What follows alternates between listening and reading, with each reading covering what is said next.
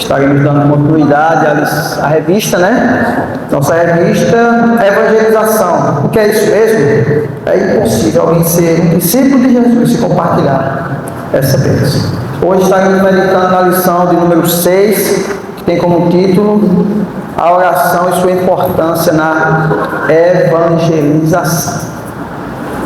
Amados, os textos básicos são vários, mas eu vou ler para iniciar, nós vamos ler bastante texto durante a lição. Então vamos ler apenas um versículo, que é o versículo que se encontra no Evangelho segundo Lucas, apenas o verso 2.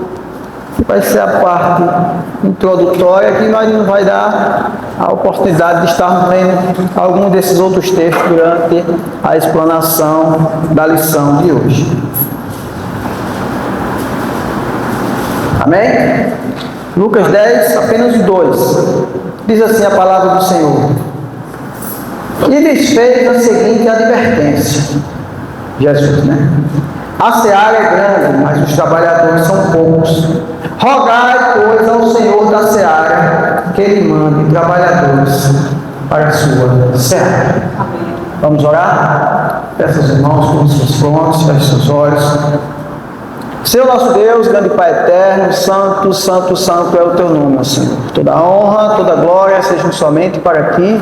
Bendito e louvado seja o Teu santo, excelso e glorioso nome hoje e eternamente. Queremos mais uma vez, Senhor, nos colocar diante de Ti na Tua presença, à Tua disposição, e que o Senhor, através do Teu Santo Espírito, nos use para que o Senhor esteja falando aquilo que Te apraz nesta manhã, para cada um de nós. Que possamos sair daqui edificados com o conhecimento da parte do Senhor. E não somente isso, mas que possamos viver tudo que temos aprendido no cotidiano das nossas vidas, em todas as áreas. Ó Deus eterno, nos ajuda, glorifica-te a Ti mesmo. Essa é a nossa oração. E gratos fazemos, em nome e por amor de Cristo Jesus. Amém. Graças a Deus. Amados, nós temos falado sobre o tema evangelização, né? Tema muito pertinente para a vida de todo crente. Evangelismo, evangelização, missão, pregação do Evangelho. Então, não tem como a gente, de fato, externar que somos discípulos de Cristo, buscamos viver em conformidade com os seus exemplos, sem a gente pensar em evangelismo, sem pensar em evangelizar e pregar as boas novas de salvação, como nós recebemos um dia, outrora, aprova Deus, nos resgatar do império, das trevas nos trazendo para a sua maravilhosa luz.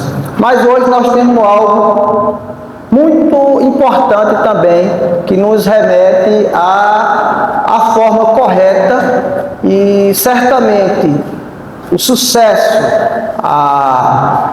vem da parte do Senhor na sua soberania, mas Deus, né, nos tem dado dos seus meios de graça, para que nós possamos, nesse relacionamento, graças a Cristo Jesus, agora nós temos de volta um relacionamento com Deus, agora entre pai e filhos. Então a oração é justamente aquele meio de graça que nos dá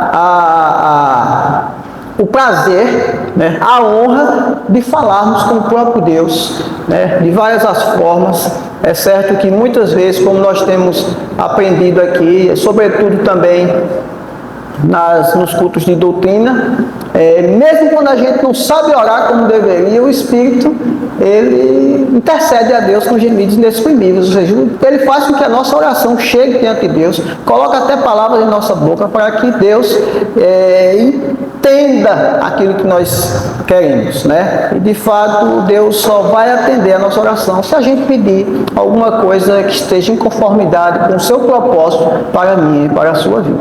Então hoje nós vamos tratar muito sobre a importância da oração na evangelização. Mas aqui é porque nós estamos falando desse tema específico. Mas a oração, ela é extremamente importante e essencial em todas as áreas da nossa vida como cristão, como discípulos de nosso Senhor Jesus Cristo. Então, amados, a oração é um meio de graça instituído por Deus. E é através da oração que nós nos relacionamos com Ele. E certamente nós participamos dos seus propósitos, né? A gente já veio aprendendo até então que A gente, eu pelo menos, vivia preocupado. Mas, rapaz, a gente prega, a gente fala da palavra e a gente não vê resultados. Então, a partir de uma lição anterior aí, eu descansei no Senhor, porque, de fato, o crescimento, o prosperar para a salvação, vem de Deus na sua soberania. Mas Deus nos permite sermos participantes, não deixa de ser uma honra nos propósitos eternos de Deus. A evangelização, por sua vez, não é resultado da nossa capacidade, da capacidade do homem, de forma alguma, mas da ação soberana de Deus. Pois Ele chama, Ele regenera e salva pecadores, conforme o conselho da sua vontade. Então, nesse contexto, amados, a oração não é apenas um complemento da evangelização, mas é parte essencial nesse processo. Nós vimos aqui no versículo que iniciou como um texto básico, um 12, então assim, rogai a Deus para que envie trabalhadores. Então Deus nos faz participantes, porque Deus na sua soberania poderia chamar como tem chamado, enfim, mas a oração faz parte de fato e essencial nesse processo de evangelismo. E é por meio da oração que nós cristãos reconhecemos a nossa total dependência de Deus. E através da oração nós buscamos direção, e certamente buscamos que Deus interceda por nós. Então o Espírito Santo tem agido em nossas vidas em conformidade com aquelas nossas necessidades, debilidades e fraquezas. Então o Espírito, que é o próprio Deus na terceira pessoa, Ele tem agido em nós. Ou seja, não tem como a gente viver de forma altiva e soberba, porque é Deus de fato quem tem feito tudo. E nós somos de fato agraciados por participar desse processo. Então, pois o Espírito Santo, Ele é o único capaz de transformar os corações, como um dia transformou o meu e de cada um dos irmãos que se encontram aqui. Estávamos perdidos e fomos de fato encontrados. Assim, na teologia reformada, evangelizar e orar caminham juntos, ou seja, proclamamos fielmente a palavra, confiando em Deus, na sua soberania e certamente entendendo que Ele fará a sua obra eficaz naqueles que Ele mesmo escolheu de antemão, nos seus decretos eternos. Amém, amados? Vamos à nossa introdução.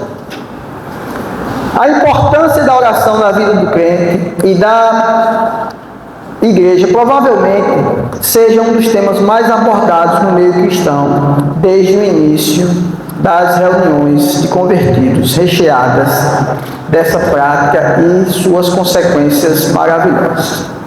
A gente tem visto, sobretudo na nossa igreja, a igreja presbiteriana, a gente escuta muito falar de fora para dentro, pessoal, que nós somos uma igreja fria, não temos fervor, mas nós somos reformados justamente porque o nosso culto, a nossa adoração é cristocêntrica, é Deus no centro.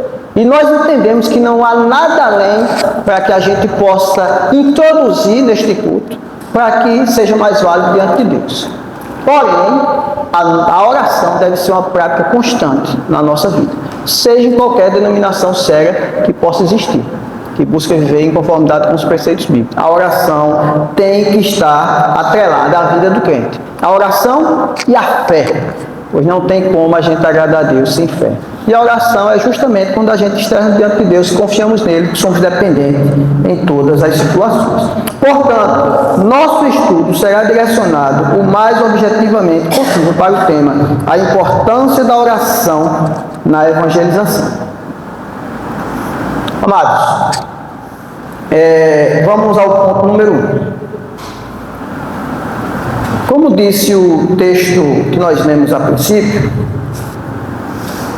vou ler novamente para que a gente possa dar início ao ponto 1.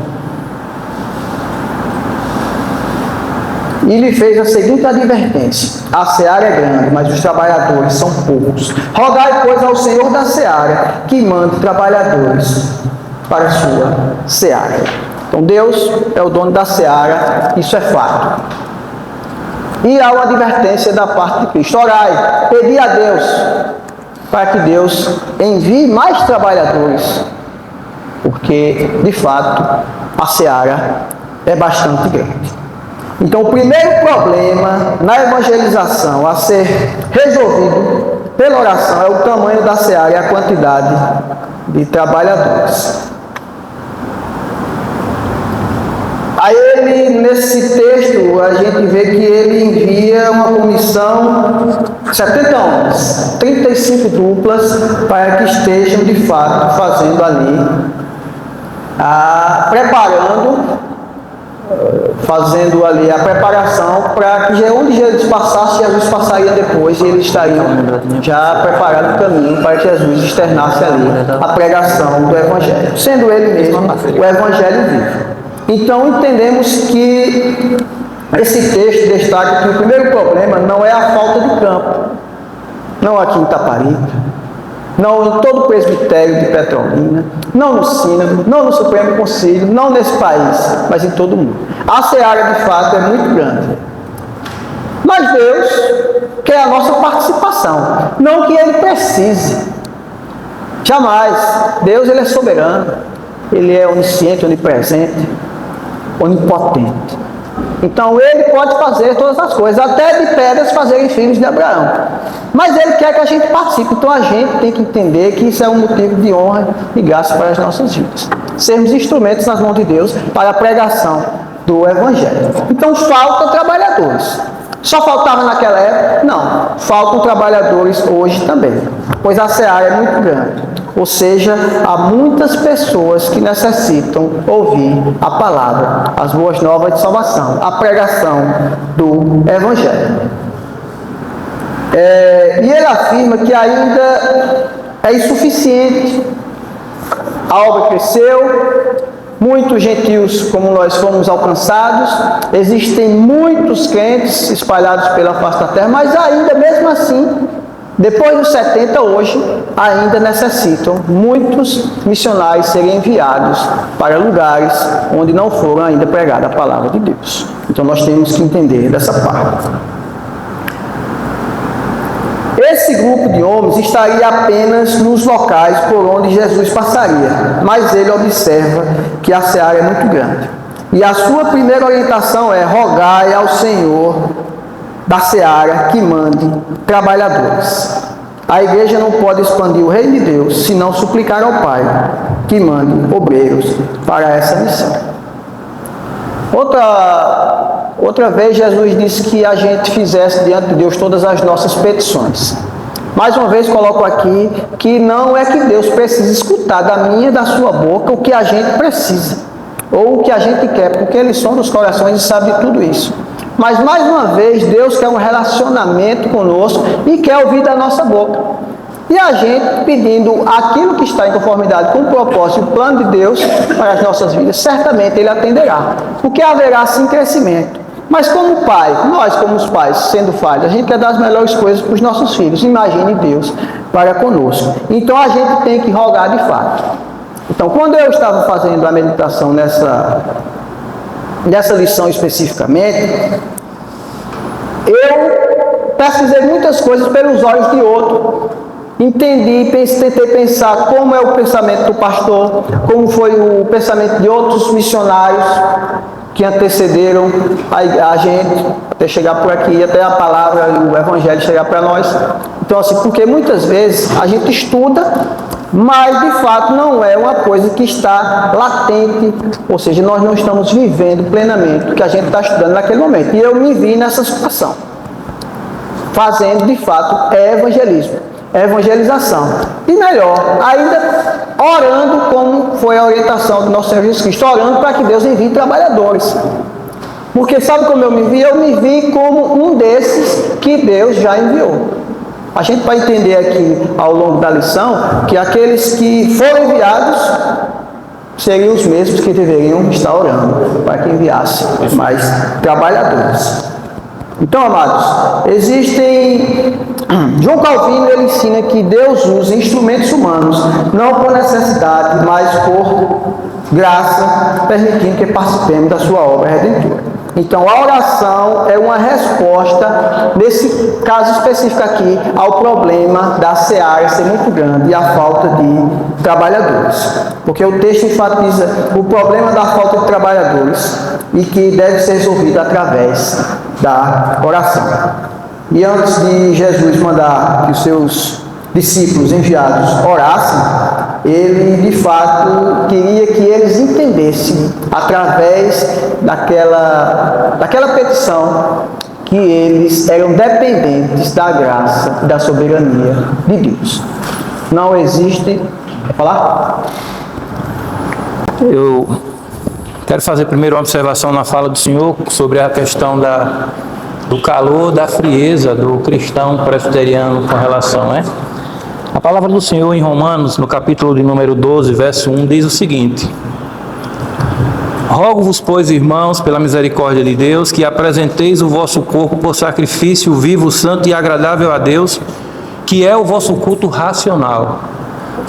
A igreja presbiteriana, ela tem tomado, dentro daquilo que lhe cabe, cuidado e dedicado um zelo muito grande para não pintar, vou assim dizer, de modo agradável ao homem. Eu estava até pensando aqui na questão dos louvores, né? O louvor é a nossa resposta a Deus quando Deus fala conosco por meio da palavra.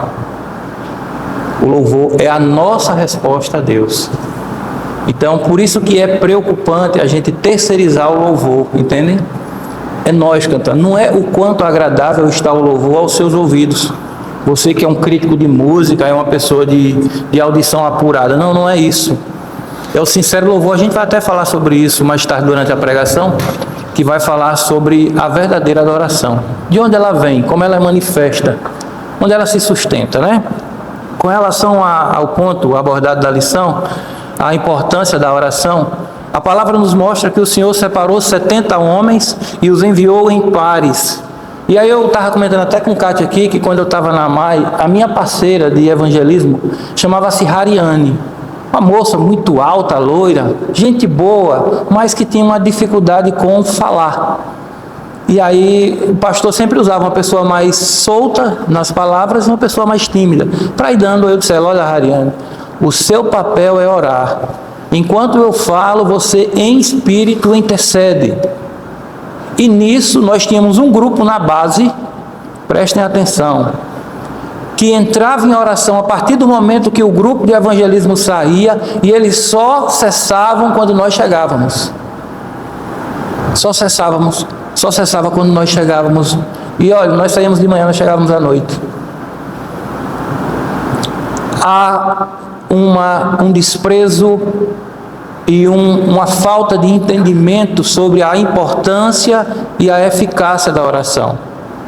O presbítero Alex trouxe a observação que nos é ofertada pela revista sobre a questão de aqueles que estão dentro oravam, rogai ao Senhor da seara, mas eles já estavam na missão.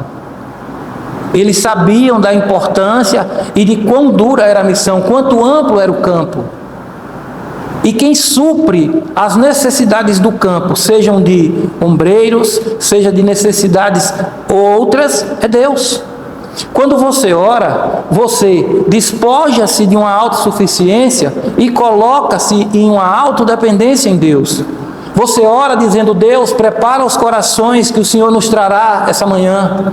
Você ora dizendo: Senhor, me dê as palavras corretas para que, através de mim, sendo instrumento em tuas mãos, possa esse coração ser alcançado. Mas, de modo sincero, a oração ela tem perdido o entendimento que de fato deveria ter. Todavia, alegramos-nos no Senhor, porque Ele tem nos dado esse tipo de oportunidade de abordarmos o tema e, diante da direção dEle, sermos agraciados pelo entendimento correto. Amém. Vamos... diga. Esse contexto de que a oração muito contribui para o crescimento do reino, eu, desde os primeiros anos aqui nesta igreja, após minha conversão, eu não sei se foi Semes, não sei se foi Lisboa, Renato eu sei que não foi, eu acho que foi Semes ou Lisboa, já diziam que uma grande igreja na Coreia, quando iniciava qualquer trabalho na igreja. Antes, a partir de cedinho mesmo da manhã, já tinha grande parte dos irmãos num subsolo que tinha na igreja, orando o tempo todo. E é por isso que essa igreja cresceu tanto e arrebanhou muitas pessoas para o reino de Deus. Até hoje é assim.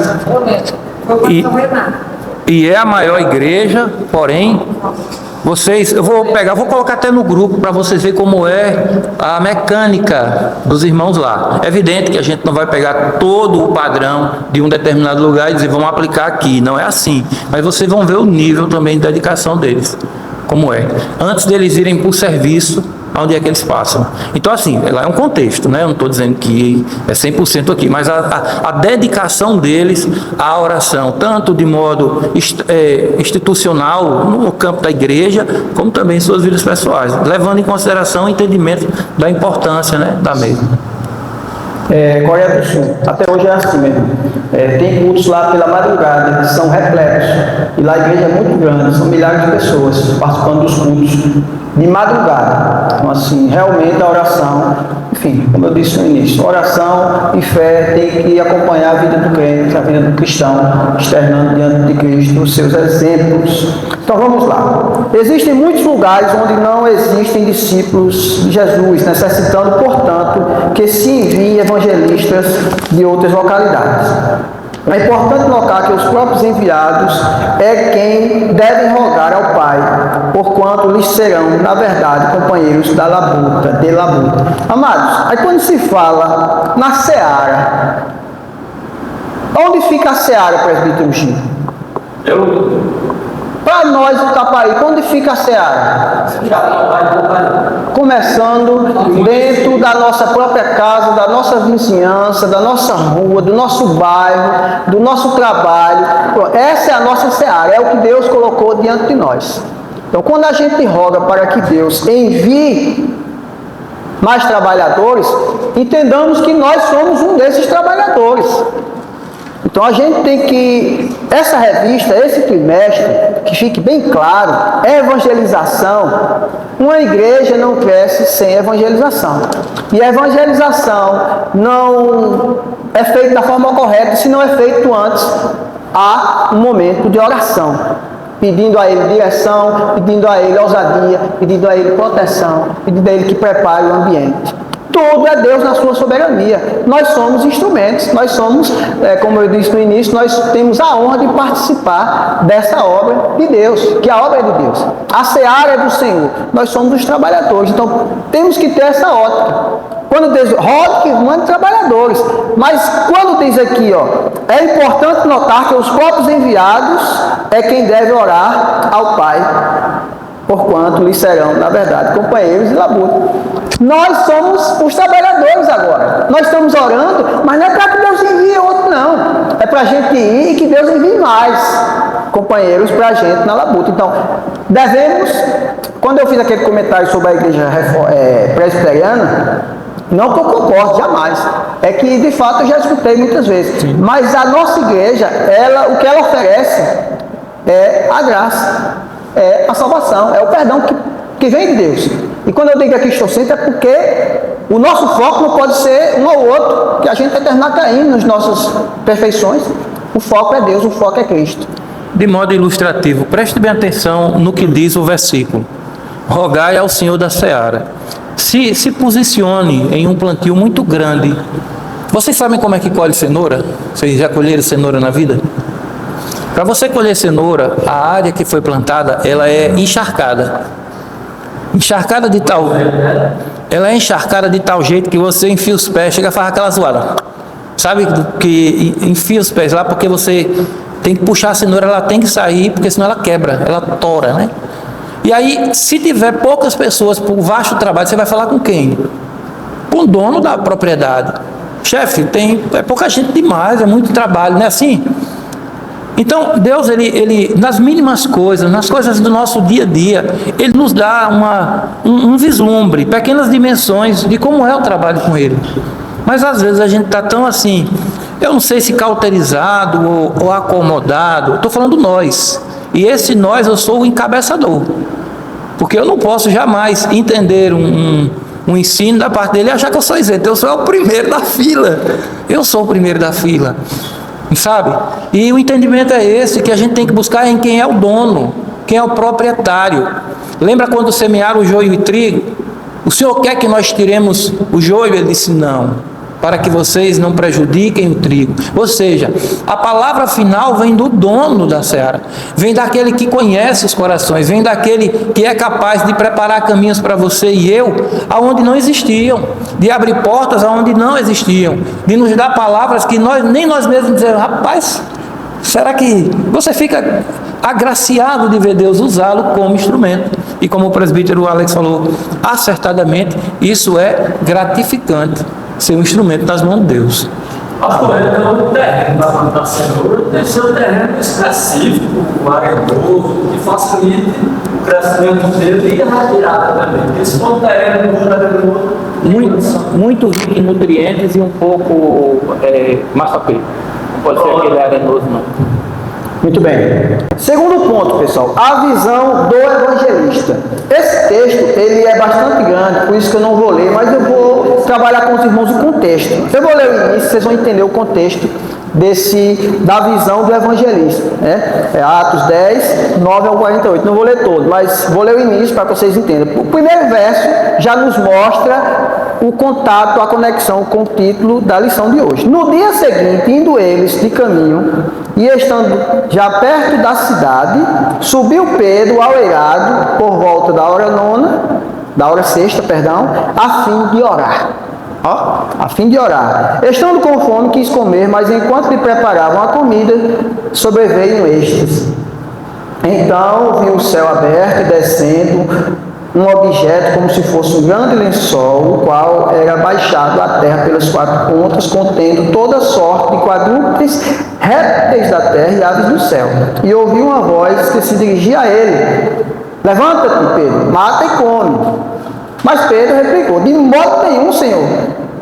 Impetuoso que era, porque jamais comi coisa comum e imunda. Segunda vez, a voz lhe falou: ao que purificou Deus, não consideres comum. Sucedeu isso por 3 vezes. O 3 era bem presente na vida de Pedro, né? E logo aquele objeto foi recolhido ao céu. Amado, o texto vai mostrar aí que alguns enviados de Cornélio, que era um centurião romano, certamente, considerado gentil, considerado ímpio por muitos, mas era muito respeitado entre os judeus, né? E Pedro tinha ainda uma visão, a visão do evangelista. Entenda o título dessa divisão.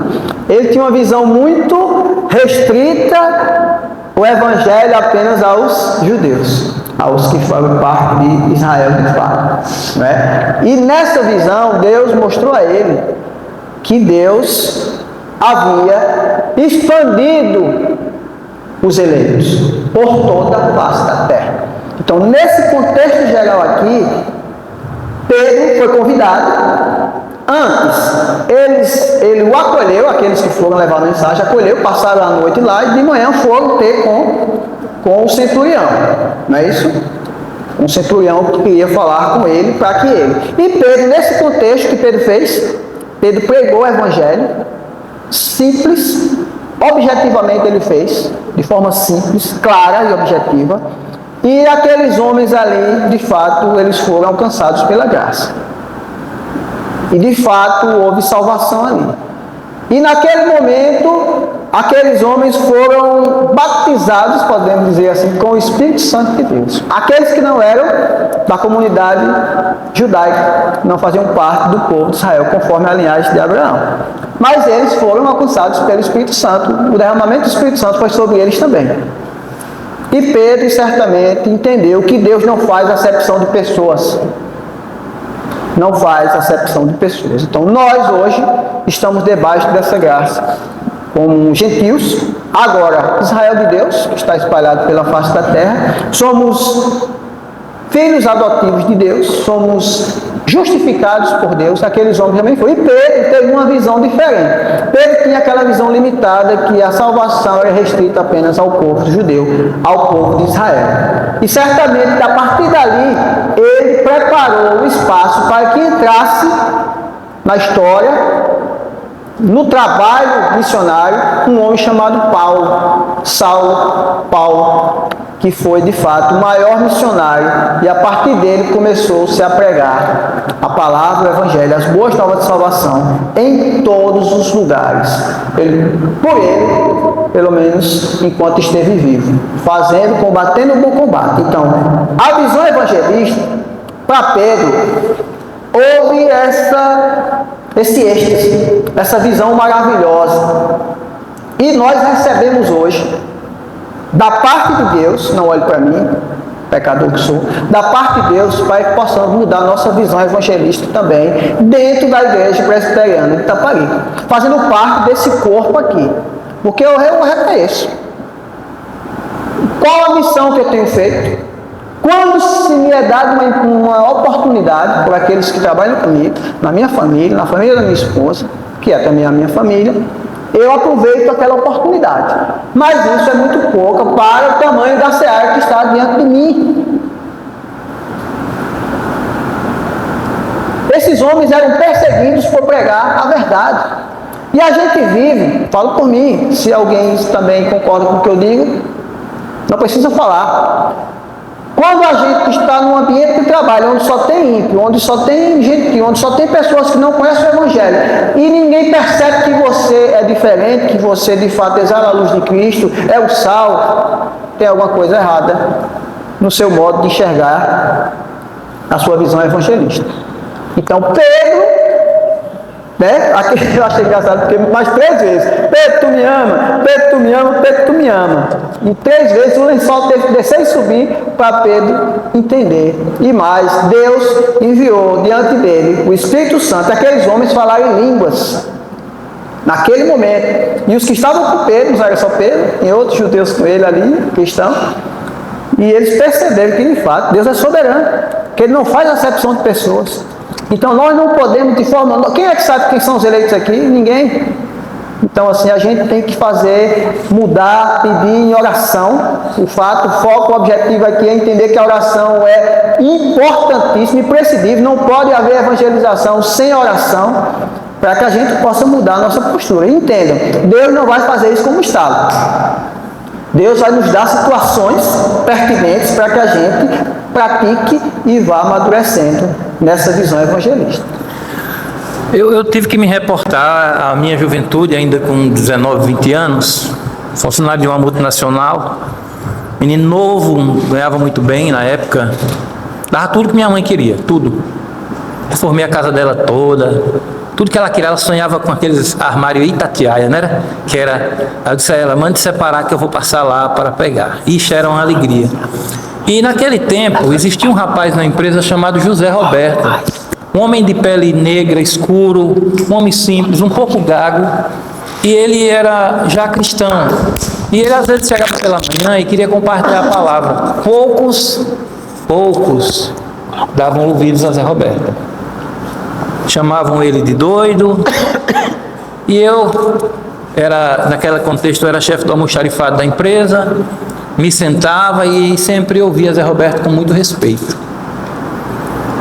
E eu pude constatar que, mesmo sendo ele um homem simples, foi também durante a caminhada, daquilo que era propósito de Deus para a minha vida, instrumento. E jamais Zé Roberto saberia que eu, como de fato a Bíblia nos mostra, era um escolhido de Deus. Alguém separado por Deus, como diz a palavra, antes da fundação do mundo, para ser um servo dele. A ocasião de Zé Roberto foi na empresa. Houve oportunidade, houve situação favorável para aquilo. Ele chegava mais cedo já para fazer isso. E ele não era uma pessoa eloquente. Ele não era um conhecedor profundo dos ramos distintos da teologia. Sabe quem era que Zé Roberto era? Zé Roberto ele era alguém convicto, que tinha um amor que aflorava aos 4 cantos sobre o resgate pela graça de Cristo Jesus. Então, eu hoje refletindo o senhor falando aí, eu pensando nele. E às vezes a gente não contabiliza as pessoas que contribuem, fazem parte. Por exemplo, o senhor estava falando de Pedro aí, que pregou e em vários momentos Paulo, entre outros homens da Bíblia, nós somos frutos, de modo indireto, do trabalho de pessoas que antes de nós vieram e que se prontificaram. Vocês sabem com quantos anos morreu Ashbel Green Simon? Morreu bem velhinho. Morreu bem velhinho ele. Morreu bem novinho. Depois que veio para o Brasil compartilhar o Evangelho. Ele morreu jovem. Há pessoas que dizem, nada, eu sou muito jovem, eu vou curtir, depois eu me dedico a Deus.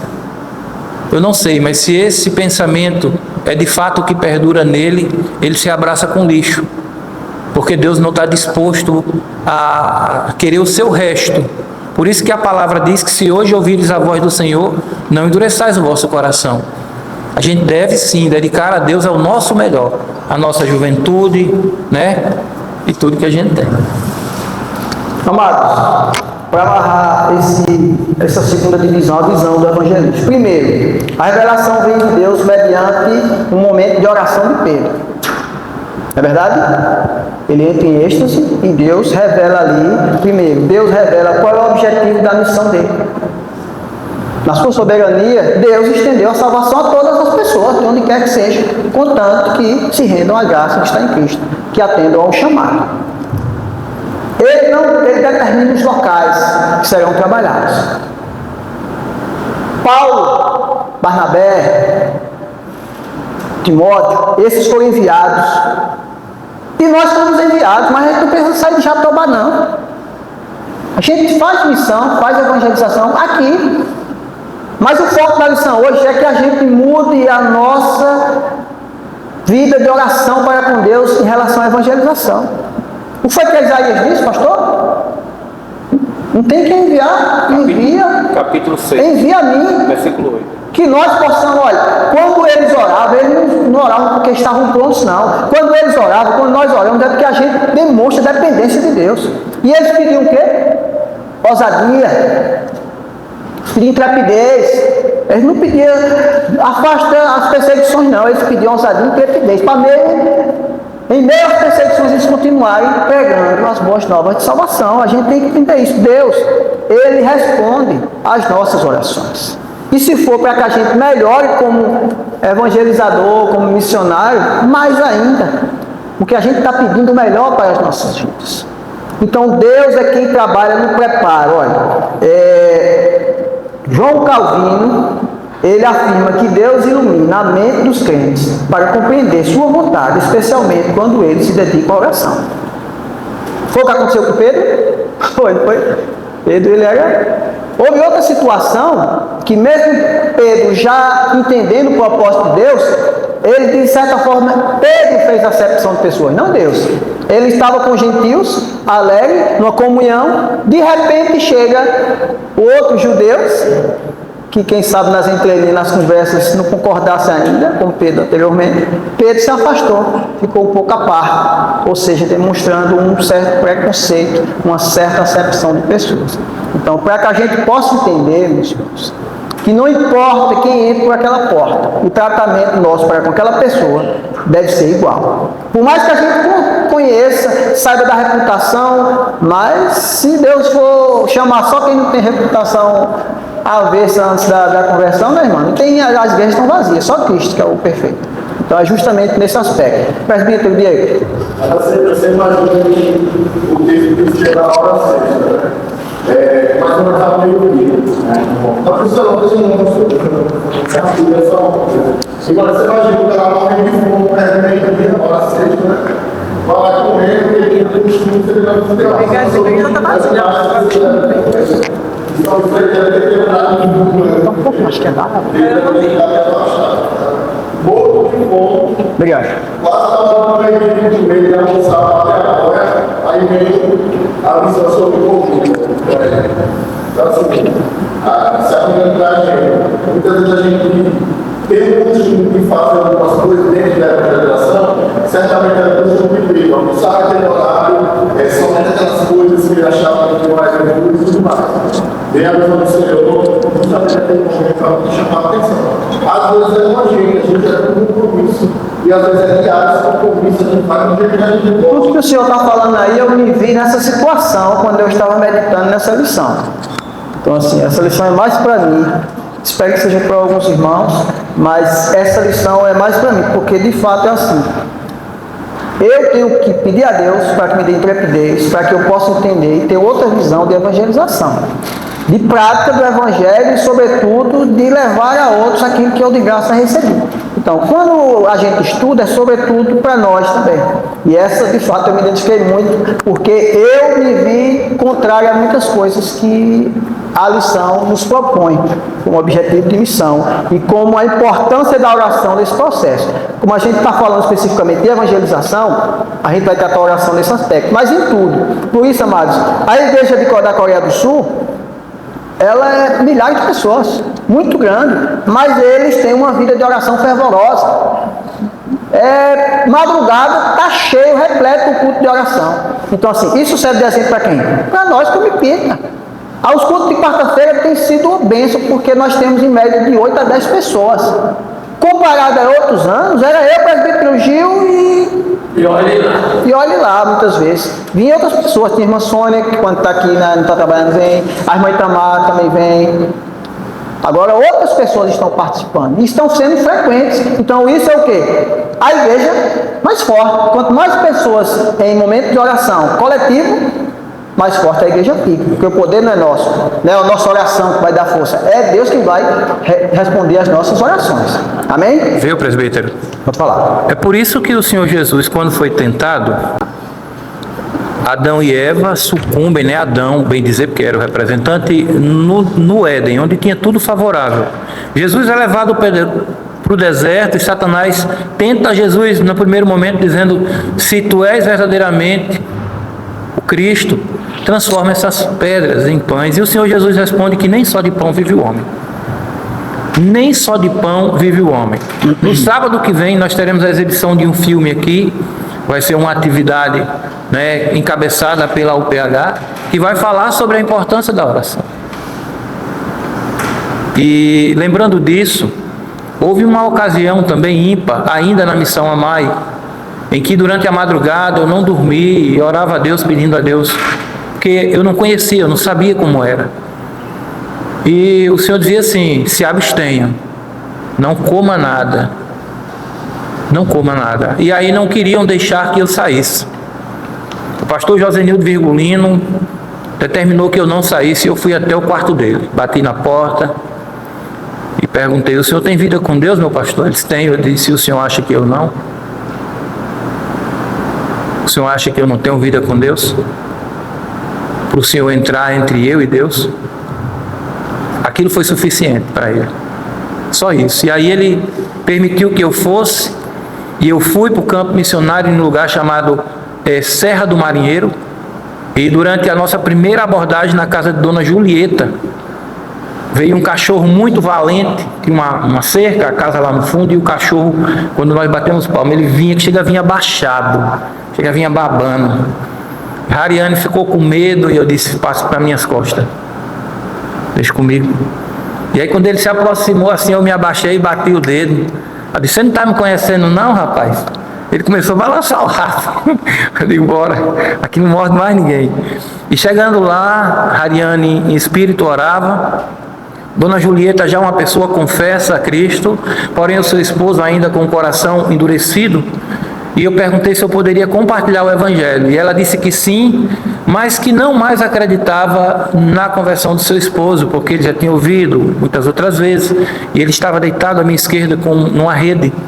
E nós compartilhando ali o Evangelho, ela orando. Daqui a pouco ele começou a chorar e se esvaiu em lágrimas. E ele disse a seguinte frase: agora eu entendi. E ali ela fez um banquete para nós comermos. Suco de maracujá, sabe? E eu vendo como a própria palavra diz que Deus é quem cuida de nós. Ele sabe das nossas necessidades. Ele é quem como é que eu digo, apura o nosso coração. Quem apura, quem purifica, quem alicerça, quem sustenta, é Ele. Quando a gente pensa assim, nas dificuldades do campo que a gente pode ir, elas são reais. Mas antes de nós irmos para um campo, ele já está lá. Aquele que nos envia, ele já foi à nossa frente, ele já está lá. Ele já preparou, ele já arou a terra, ele já passou o gradeio, ele já preparou tudo. Às vezes a gente fica depositando uma suficiência em nós de coisas que não é nossa. A obra é dele, nós só somos como um cano. Pense que um cano leva água de um ponto para o outro através dele, mas ele em si não tem poder de saciar a sede de ninguém. Nós somos o cano e Deus é a água. Então a gente só é aquele ponto de contato que une a sede, né? Aquele que tem sede, a água, a fonte. Muito bem, menino. Amém.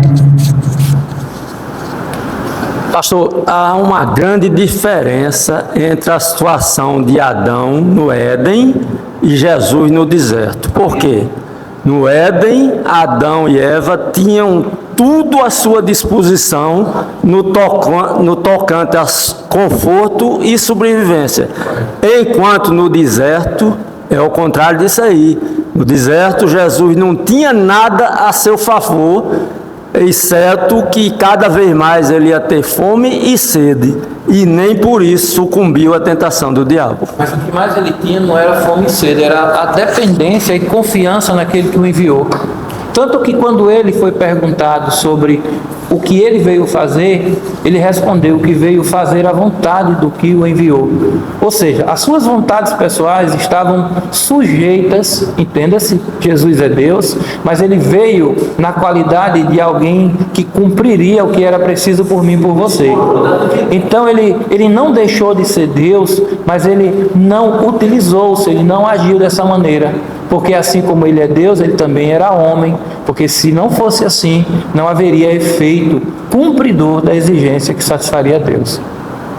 É pertinente o que o senhor disse, essa ilustração que o senhor trouxe da Bíblia, porque o próximo ponto é o preparo. E o texto básico para essa divisão é justamente, então, jejuando e orando, e impondo sobre ele as mãos do despediram. Depois eu vou discorrer. Foi a Vitor Diego que pediu a palavra. Só concluindo o raciocínio que interno aí, só para marcar para o raciocínio sobre Pedro, porque é a hora sexta, é a hora do almoço, é uma hora corriqueira, preste atenção, é uma forma na qual Deus usa a vida de Deus. E está sendo uma obrigação para nós, a Deus espera as horas mais simples do nosso dia. Nessas horas, é corriqueiramente, quando temos mais oportunidade de observar o projeto. Desse jeito, Deus chama a nossa vida na hora mais simples possível, na hora do almoço. Dependendo de almoçar, Deus chama a missão dele para contar com o princípio dele na evangelização. Da mesma forma que a gente. Às vezes a gente está ali até na hora da almoço, morrendo de fome. Deus diz, essa pessoa que está ali na sua oportunidade, a gente está tão sério para se alimentar, por causa de uma coisa que é do nosso próprio interesse, que a gente esquece totalmente do que a gente tem que evangelizar. Eu falo que assim, comigo acontece várias vezes. Esses dias eu estava indo fazer uma redação no carro, lá na café, e eu morri de fome, aquela domingo, chega mais, e passei 20 minutos lá no homem, eu poderia ter evangelizado no homem e não evangelizei. E olha, eu tenho uma vontade, como falou de igreja, como falou de tudo, só que eu estava tão com fome, que eu estava com fome. Eu creio também que muitas vezes a gente deve estar atento às oportunidades, né? Porque é justamente a mudança de visão evangelística. Eu estou falando por mim, estou falando do coração mesmo, assim, que eu tenho que mudar a minha visão evangelística até minha vida então aqui. Tenho 15 anos como presbítero e eu vi que eu estou bem longe do que propõe aqui o estudo e a própria escritura, tá certo? Terceiro ponto, o preparo, como eu li, então jejuando e orando, impondo sobre ele as mãos do despedido. Na tarefa da evangelização, o momento de preparo, que é a oração, não pode ser subestimada, mas uma prioridade inegociável. Quer seja para obtermos a coragem necessária para enfrentar o desafio ou para a abertura de oportunidades de ação, como a gente acabou de falar aqui. Jesus Cristo estava no deserto, porque ele jejuava 40 dias, ele fazia isso com frequência. Ele tinha noção exata da missão que ele assumiu para fazer. Então, ele, como o pastor disse, se desprendeu da sua divindade, tomou forma de homem, e nas suas fraquezas e limitações como homem, ele buscava certamente obter coragem, porque os desafios foram e são muitos, daqueles que pregam de fato a verdade, para abrir oportunidades, para entender e percebê-las, porque às vezes a oportunidade está dentro de mim, né, irmã? Muitas vezes no nosso trabalho, né? Mas eu não percebo. Então, assim, o nosso contexto do cotidiano, a gente não pode perder nenhum momento o foco que nós somos cristãos e que nós somos, de fato, evangelistas. Nós somos missionários onde quer que nós estejamos. Então, para Jesus Cristo também, certamente, como exemplo principal e maior, mostrou isso. E para buscar sabedoria no falar. Até então, sabedoria no falar, intrepidez. Jesus Cristo, ainda no deserto, foi o que aconteceu? Ele debateu teologia com quem? Você vê, debateu teologia com quem? Com o Satanás. Teólogo liberal. Entendeu? E o tinhoso, ele sabia muito, sabe teologia como poucos. Verdade. Entendeu? Porque é nisso que ele pega a teologia e ele distorce, mostrando uma meia-verdade, pegando a verdade, transformando, né, uma mentira, transformando em uma verdade, enfim, para que a gente possa entender. Então, assim, de fato, amados, a oração é prioridade, é inegociável no momento de iniciarmos uma evangelização. E não somente, vai ter um evangelismo na feira, vamos orar, vamos se reunir aqui 10 minutinhos antes, vamos nos reunir e orar. Não, minha gente, eu vou para a feira todo sábado. Mas eu sou franco para vocês, eu não tive essa visão evangelística em nenhum sábado, a não ser no sábado que a gente foi para a feira. Então, eu entendi que eu tenho que ter essa visão em todo o tempo. As oportunidades não vão aparecer assim como aconteceu com Pedro, não. De forma alguma. Pode acontecer, mas no início da caminhada da igreja, outros tempos, né, pastor? Hoje nós temos todos os exemplos aqui escritos para que a gente medite e coloque em prática. Então, assim, Pedro teve uma visão em êxtase. Depois o anjo falou com ele que, vai na casa de fulano, tal, quem vem aí assim. Foi bem claro e objetivo. Então, assim, nossa visão não pode ser carnal. Quando eu vou para a feira, Deus me perdoe por isso, que Deus mude a minha visão evangelista, eu vou com a visão carnal. Pode ter o que for aqui, eu vou olhar se a tomate está boa, se o coentro está murcho. Então, assim, trazendo para a vida prática, Diego disse que teve uma oportunidade, passou o tempo e ele não aproveitou. Então, muitas vezes acontece isso com a gente, nosso trabalho, Maelson. Depois, pastor. Indo para a questão da oração, né? A intercessão. Muitas vezes a gente ora e ora só por nós, né? Mas a importância, inclusive, da gente orar, interceder pelos outros e também contar com a oração dos outros. Quando a gente vai com um foco, que a gente peça ajuda em oração, né? E que a gente tenha essa visão de não estar vivendo no automático. Muitas vezes a gente vem, inclusive, para os cultos com aquela intuição, eu vou adorar, certo, e vou ouvir a palavra, e vou ver o que é que o Senhor tem para mim. Mas a gente fica tão no automático que a gente não intercede para aqueles que estão recebendo a palavra, que também é um momento de evangelização, né? Então, que a gente tenha essa intenção de sempre estar intercedendo uns pelos outros, para aqueles que estão em missão, né, aqueles que são missionários também, mas que a gente esteja sempre intencional, né, para que a palavra do Senhor ela realmente alcance e que haja terreno fértil, né, para que ela venha florescer. Então, seja sempre intencional, intercedendo uns pelos outros e que a gente esteja atento para sempre levar aquela palavra que o irmão precisa, né? Que as pessoas É o precisam. planejamento, né, irmã? Assim, que é o processo.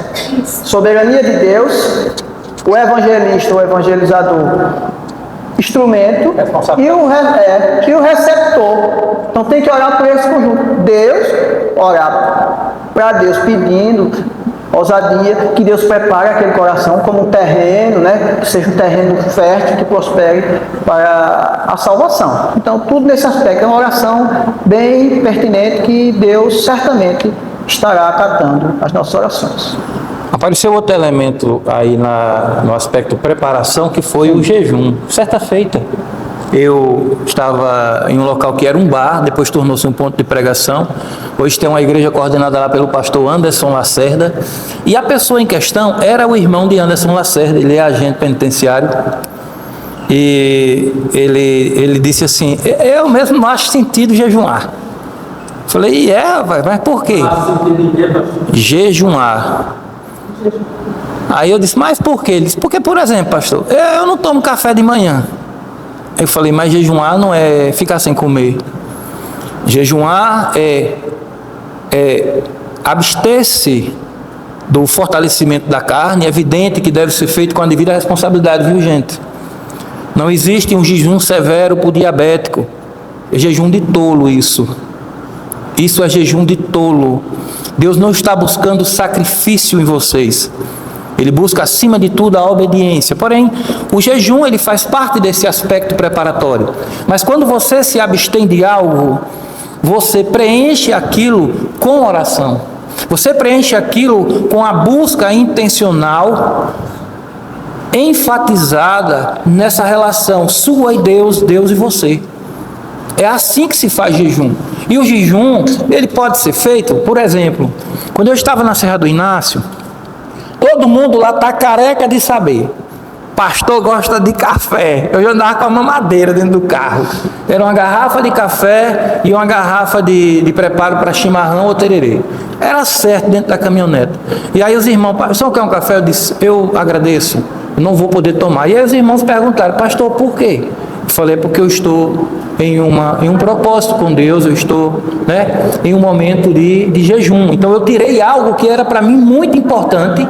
O jejum é isso, era algo muito importante para mim, mas que eu, durante um mês, tirei algo que era importante e fui suprindo com oração.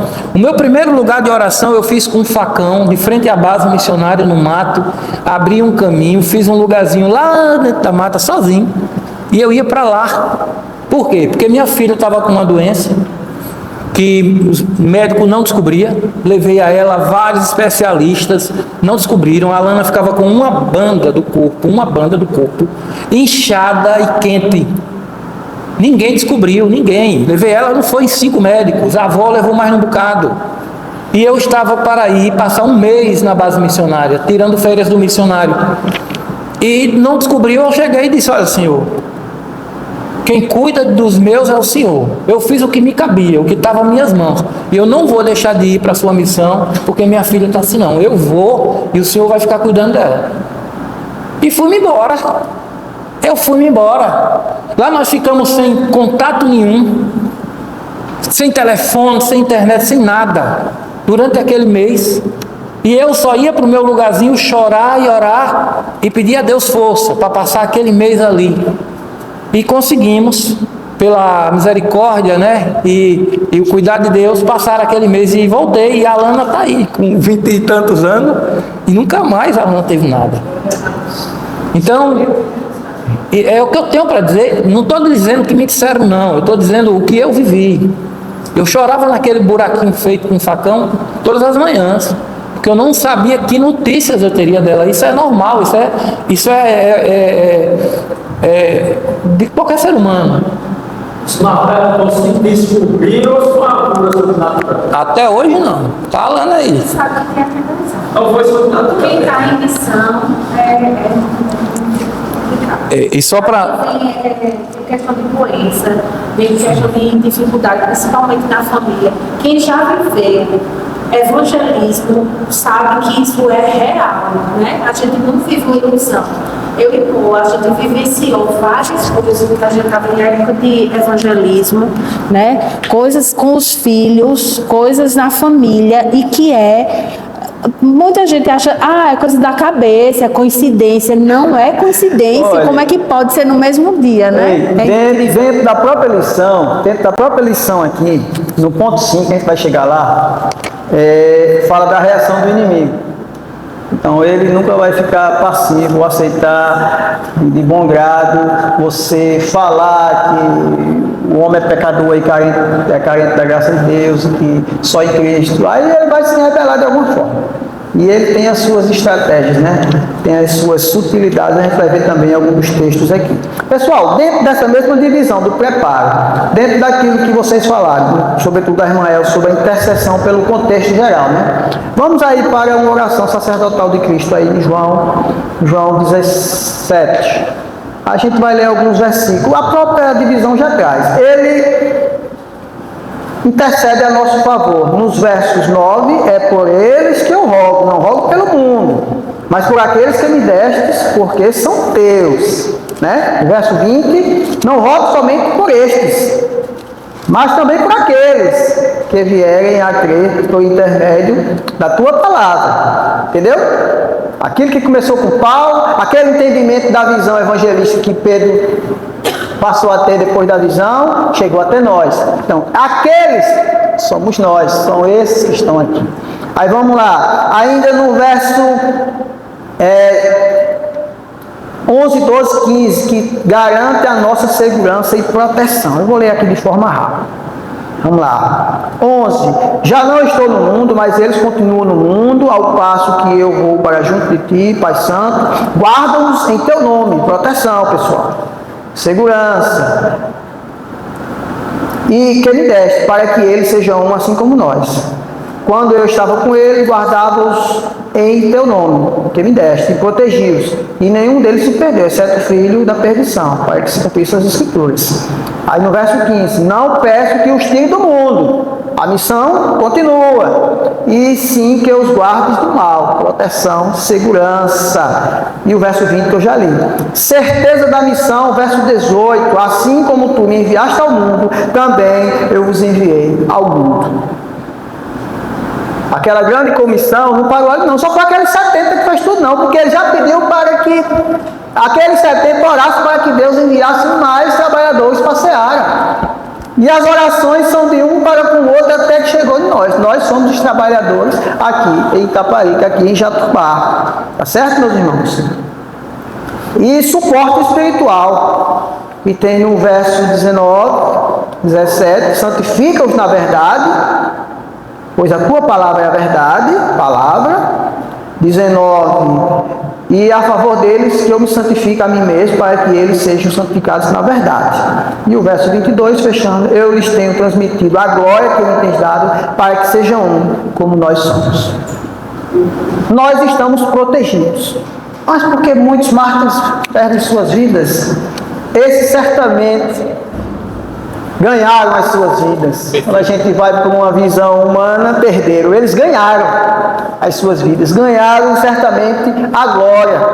São mártires. São aqueles que na visão escatológica de João estão lá ao redor do trono, com as suas vestes brancas, branquíssimas, resplandecentes, porque lavaram de fato as suas vestes no sangue de Cristo.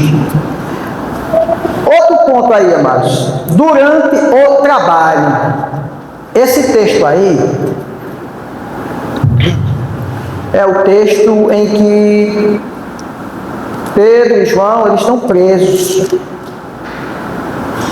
E eles foram presos por quê, amados? Por pregar o Evangelho. Por pregar o Evangelho. Aí soltaram eles. E eles foram presos nesse contexto, eu creio, exatamente com aquele milagre lá na Porta Formosa, que eles conseguiram fazer de que aquele paralítico fosse restaurado. Mas eles foram soltos. Com certeza. Mas eles foram soltos assim. Alguém disse no ouvido dele: olha, vocês vão ser soltos. Mas se vocês falarem de Jesus Cristo por aí, já sabem, vai ser pior. Aí eles ficaram com ele. Foi quando Pedro disse: importa obedecer a Deus ou a homens? Ou a homens ou a Deus? Eles fizeram, sabe o que, pessoal? Eu vou falar o contexto geral desse texto. Eles procuraram a igreja, se encontravam certamente, meio que timidamente. Certamente foi uma oração da igreja, o texto deixa claro, e de forma, como é que chama? Por inferência, certamente Pedro e João estavam orando também, para que Deus intercedesse por eles. Eu sei que foi por um milagre, eles foram soltos. Eles foram para junto da igreja, e lá foi o que eles fizeram, oraram, glorificando a Deus, mostrando quem era Deus, que criou tudo, céus e terra, e não pediram assim: Deus, nos livra do mal, não. Eles pediram foi intrepidez, ousadia, para continuar pregando a palavra de Deus. A visão de Pedro mudou bastante. Então é de forma gradativa, que nós podemos também ter a nossa visão evangelística aumentada de forma gradativa. Pelo estudo de hoje, qual é o primeiro passo que a gente tem que fazer? Orar. Nesse livre acesso diante de Deus. Nós temos o sumo sacerdote que leva as nossas orações lá, o Espírito Santo, que fala por nós quando a gente não sabe falar direito o que deveria. Então assim, oração e mudança. Porque muitos acham assim que os crentes não têm problemas. Como é que você é crente? Jesus Cristo pagou o preço, levou sobre si nossas dores, enfermidades. Por que existe isso e aquilo? Ó, meus irmãos, quando a gente pede coragem, pode ter certeza que Deus vai colocar situações difíceis para a gente enfrentar e passar a ser mais corajoso.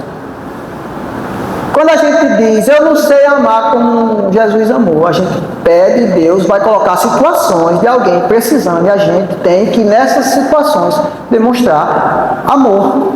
Eu creio que nós não vamos nos comparar ao amor de Deus, ao amor de Cristo, mas a gente tem que buscar. Então é isso, a oração é o ponto inicial para toda transformação na nossa vida. Nesse ponto específico hoje, em relação à evangelização. Então eles fizeram o quê? Eles pediram ousadia, intrepidez na palavra para continuar pregando, e o fizeram. É tanto que todos, com exceção de João, morreram de morte matada, né, pastor? Minha avó dizia assim. Somente João morreu de morte mesmo. Diga, pastor.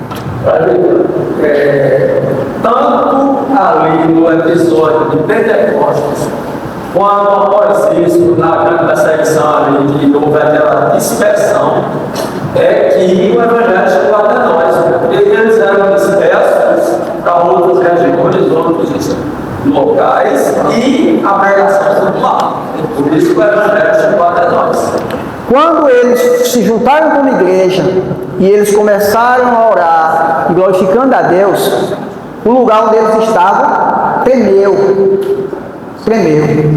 E eles começaram a anunciar a palavra com intrepidez, conforme as suas orações.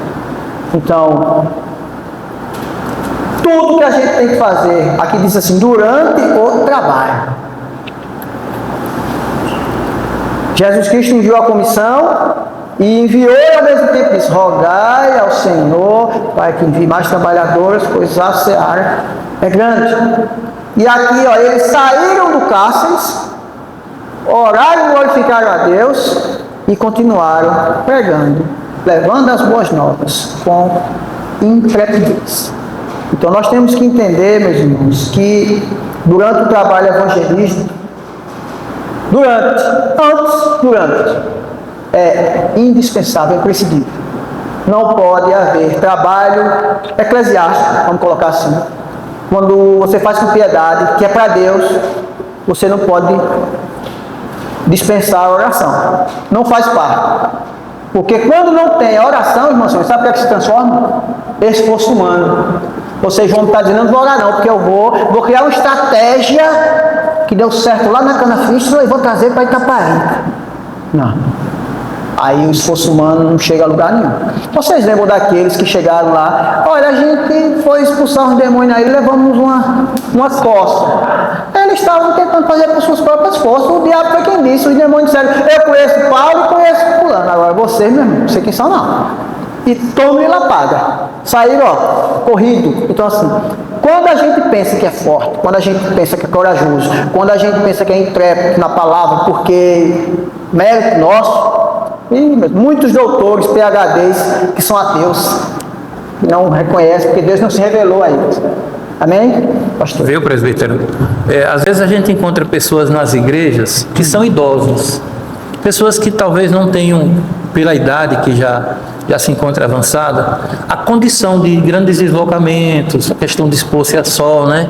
E aí às vezes a gente lança um projeto de evangelização local ou em determinado lugar e elas dizem não ter condições de participar. Aí eu digo, negativo. Vocês têm total condição e é muito importante a participação de vocês. Vocês podem reunir-se no templo ou vocês podem em suas próprias casas durante aquele... a partir das 14 horas a Ipita vai estar lá no Salgado do Benício X dia. Vão estar evangelizando. Você se propõe a orar. Você não precisa necessariamente estar presente em corpo para participar. Existem formas diferentes de participar. Agora, é importante também frisar, como o próprio Tiago diz, no capítulo 4, verso 17, quando eu sei o correto a fazer e não faço, nisso eu peco. É utilizar-se às vezes, por exemplo, é importante que eu esteja me esforçando para participar das atividades da igreja que me for possível? Sim. Duas coisas eu não posso fazer. A primeira, utilizar-se do meio, porque estou presente em todos, para me medir com o presbítero Gil. Errado. Segundo, utilizar-se de não estar presente, porque a minha santidade, a minha espiritualidade, o meu crescimento diante de Deus não está retido a isso. De fato não está, mas faz parte. Então, duas coisas que a gente deve observar dentro desse contexto. A obra missionária, você sabe qual é? É a por fazer e não a que foi feita. A que foi feita não serve como experiência, não serve como embasamento, mas a obra missionária é o por vir. É as pessoas que ainda existem a serem alcançadas, a serem cuidadas, né? A gente aprendeu que evangelismo ou discipulado não é apenas o compartilhamento da palavra, mas com o cuidado contínuo, né? Que se assiste depois da evangelização. Amém. Pessoal, então só para a gente fechar esse ponto, então quando nós buscamos em oração coragem, intrepidez, livramento, por que não? Porque isso aí vai aprofundar a nossa dependência de Deus.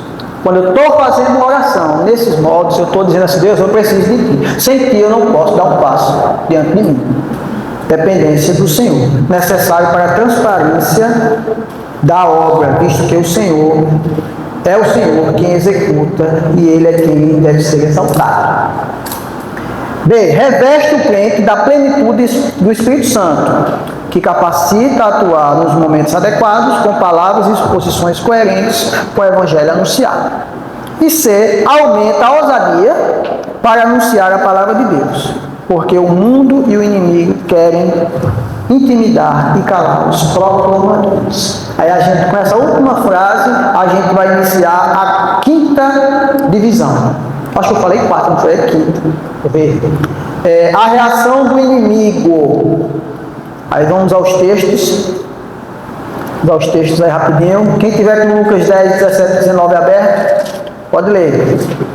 E alguém abre aí em Atos 16, 16, 17. Lucas 10. Posso ler? Se eu quiser, eu posso. Pode ler, pastor. Então, regressaram 70, possuídos de alegria, dizendo: Senhor, os próprios demônios se nos submetem pelo Teu nome. Mas ele lhes disse: Eu vi Satanás caindo do céu como um relâmpago. Eis, aí vos dei autoridade para pisar de serpentes e escorpiões, e sobre todo o poder do inimigo, e nada absolutamente... Quer ouvir? Pode ouvir também. Não obstante, alegrai-vos, não porque os espíritos se vos submetem, e sim porque o vosso nome está arrolado nos céus. Isso é o mais importante. Não importa o que a gente passa aqui. Se os demônios atendem a nossa ordem pelo nome de Cristo, enfim. O mais importante é que está indo na glória com Cristo. Está com a Bíblia de Genebra, tá, irmão? Veja aí o que é o comentário para o verso 18 desse texto de Lucas. Lá embaixo tem um... Lucas... Hã? Também Atos. Ah, vocês estão em Atos. É Lucas 9, né? Lucas 10. A Bíblia de Genebra tem um... Pronto, quem está com o Atos 16 aberto? Genebra. Pronto, leia aí o que tem escrito o verso 18 apenas, o comentário lá embaixo. Satanás caiu. Parece significar que Satanás estava sofrendo derrota pelo ministério desses pregadores. O comentário é isso. Entendeu? Pelo poder de Deus, Jesus Cristo. Eu vi Satanás cair do céu como um relâmpago. Para o comentarista, ele entende que ali era a derrota de Satanás. Por isso que aqui a revista pede para a gente ler. Aqui dá uma página, mas só que na minha não é mais essa página. Nossa página é 300 e 1300 alguma coisa. Né? Aqui na lição ainda é 1199. A questão daqueles que quiseram expulsar demônios pelos seus próprios méritos se enquadra aqui em João 15 sim. Jesus diz assim: eu sou a videira, vós os ramos. Quem permanece em mim e eu nele, esse dá muito fruto, porque sem mim nada podeis fazer. Eles quiseram conhecer os próprios méritos só depois. No entanto, não tinham condição. Não consegui, glória a Deus. Quem está com Atos 16, 16, 17? Aconteceu que, indo nós para o lugar de oração, nos saiu ao encontro uma jovem possessa de espírito adivinhador, a qual, adivinhando, dava grande lucro aos seus senhores. Seguindo a Paulo e a nós, clamava, dizendo: estes homens são servos de Deus Altíssimo, e vos anunciam o caminho da salvação. Amém. Amados, a ação de Satanás provocada pela oração e pela prática da divulgação do Reino de Deus, revela que ele fica furioso quando as pessoas tomam partido de Deus e passam a lutar contra as hostes malignas. O texto de Atos, esse que foi lido aí, mostra um aparente reconhecimento pela adivinhadora sobre quem são aqueles servos de Deus, mas, na verdade, é uma sutil perseguição do diabo aos homens que se reuniam para a oração. Se assim não fosse, Paulo teria se associado à adivinhadora, em vez de expulsar o espírito que nela agia. Sutil. Hoje, antigamente, como é que era? No tempo dos apóstolos, até o ano, enfim, uns 3, 4 séculos para frente, perseguição ferrenha, né, pastor? Quanto mais perseguição, quanto mais morte de mártires, mais crescimento. Hoje, como a gente sabe que o inimigo das nossas almas, ele conhece bem a palavra de Deus, ele cria estratégias mais sutis. Então, essa aí, que chega lá uma mulher possessa de demônio, uma jovem, dizendo: esses aí são servos de Deus Altíssimo. Aí cria aí um aparente, né, que quer de fato se chegar, o conhecedor. Ela era adivinhadora de fato, né? Mas aquilo ali era simplesmente para desviar o foco, confundir, atrapalhar a obra que estava em andamento. Então, Paulo, como tinha uma visão evangelista, como tinha uma visão bíblica bem apurada e abrangente, ele percebeu na hora, e pelo poder que lhe foi concedido, expulsou de pronto aquele demônio, daquela jovem. E por isso aí ele teve um trabalho, né? Porque o Satanás, o demônio, ele estava ali naquela jovem, mas quem se beneficiava das adivinhações eram os seus donos, né? E ganhavam dinheiro ali com aquela situação de adivinhação. Então eles foram expulsos naquele período ali, naquela situação. Mas o fato é que hoje as armadilhas, as ciladas, as estratégias do inimigo, elas são bem sutis. Por isso que muitas vezes, né irmã? Igrejas com títulos, igreja tal de Cristo, igreja fulana beltrana de Cristo, mas o que vai dizer se aquela igreja é de fato uma que propaga a verdade bíblica, a sã doutrina, não é a placa não, são os frutos. Perfeito. Entenda uma coisa, amado, nós estamos dentro de uma doutrina reformada, entendemos que é a sã doutrina, mas não é que a igreja tem confissões, que a igreja tem catecismos, que a sã doutrina é pregada. Nós temos que entender também o nosso papel nesse mundo. A gente tem que estar bem consciente do nosso papel. É para a gente receber, EBD é para isso. Recebemos e repassamos. É o ser enviado. Né? Então assim, a gente tem que ter uma visão e entender que nada que a gente faça, seja para a glória de Deus, seja para a transmissão do Evangelho, a gente vai deixar o inimigo de nossas almas satisfeito, não. Ele vai se levantar. Então a gente tem que também nutrir, através da oração, sobretudo uma visão espiritual, e a fé a gente tem que ir colocando em prática para o amadurecimento. Porque não é fácil não. Vamos agora fazer um trabalho evangelístico. Eu não esqueço dos trabalhos evangelísticos que a gente fez, pelo menos 2. Foi o primeiro que a gente fez no alojamento. Se levantaram N situações, não foi, pastor? E no Camaratu choveu, de lá vai ter uma lama, choveu na hora, e a gente estava lá na chuva. Então é justamente isso. Nós não somos feitos de açúcar, nem tão pouco de sal. De sal nós somos, né? Somos seu sal, mas não somos feitos de sal, de fato. Mas assim, para que a gente possa entender que o inimigo é astuto e que a gente não pode esmorecer. Sempre com foco, sempre com o alvo, sempre que é a glória de Cristo, a glória de Deus. E livramento. Esses textos são demasiadamente grandes, mas vamos ler apenas Atos 16, 25, 26 e 40. Vamos ler aqui. Quem achar antes pode ler. A gente está encerrando, meus irmãos. Posso ler? Acontece 26, 25, 26, 40. Por volta da meia-noite, Paulo e Silas oravam e cantavam louvores a Deus, e os demais companheiros de prisão escutavam. De repente, sobreveio tamanho terremoto que sacudiu os alicerces da prisão, abriram todas as portas e soltaram-se as cadeias de todos. 40. Tendo se retirado do cárcere, dirigiram-se para a casa de Lídia e, vendo os irmãos, o confortaram. Então, partiu. Nós não enxergamos muitas vezes os livramentos de Deus, né, pastor?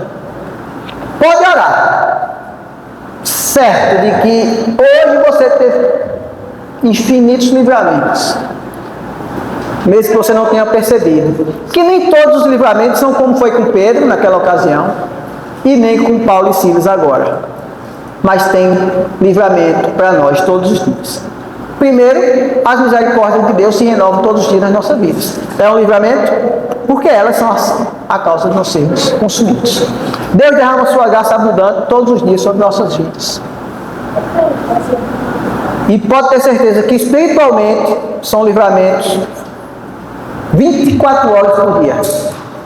Os anjos do Senhor acampam-se ao redor dos que o temem, protegendo, porque o inimigo das nossas almas está ao derredor, querendo encontrar uma brecha. Então é livramento contínuo. Nesse caso aqui, de Paulo e Silas, eles oravam. No caso de Pedro, Pedro orava e foi solto a João. No momento ele orou e, enfim. Aqui, mas por inferência, no caso de Pedro, certamente a igreja estava intercedendo, porque foi lá quando eles estavam angustiados esperando. No caso de Paulo e Silas, foi o contrário. Não demonstra aqui que eles estavam orando. Vamos lá, chega o texto. 40, né? 25 e 26. Por volta da meia-noite, eles oravam, Paulo e Silas oravam e cantavam louvores. Então é o contrário que Pedro. Eles oravam e cantavam louvores. Não diz que a igreja orava. Mas vocês acreditam que a igreja não está intercedendo pelos discípulos, pelos apóstolos por Paulo e Silas, com certeza, por inferência estava. Então, assim, pode ter certeza que a oração está presente, pelo menos deve estar presente em tudo em nossa vida. Se eu pretendo contrair matrimônio, descarregou, né? Se eu pretendo contrair matrimônio, se eu estou mudando de emprego, se eu estou mudando de cidade, enfim, tudo. Enfim, nós estamos encerrando. Podem ter certeza, façam tudo mediante oração.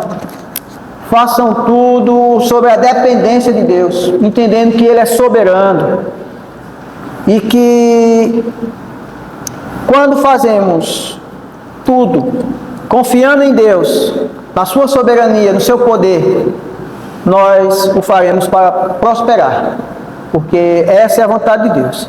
Isso quando se fala de evangelização, pregação do Evangelho, boas novas de salvação.